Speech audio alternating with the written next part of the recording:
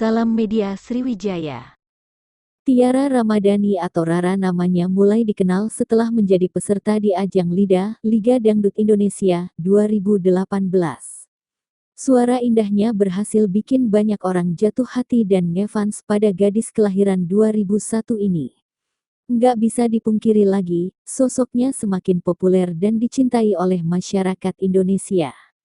Beranjak remaja, gadis berusia 22 tahun ini kerap tampil cantik dan mencuri perhatian publik. Salah satunya saat wanita kelahiran Prabu Mulih, Sumatera Selatan ini tampil menggunakan hijab. Potret Rara saat menggunakan hijab di momen Ramadan ini pun terlihat berbeda.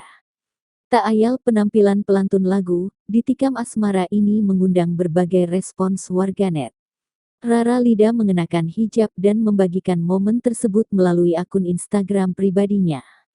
Diketahui jika Rara Lida kembali menjadi salah satu pengisi acara dalam Aksi Indonesia 2023 yang tayang di Indosiar. Nggak sedikit warganet yang memuji penampilan sahabat Jirayut ini terlihat lebih cantik dalam balutan hijab.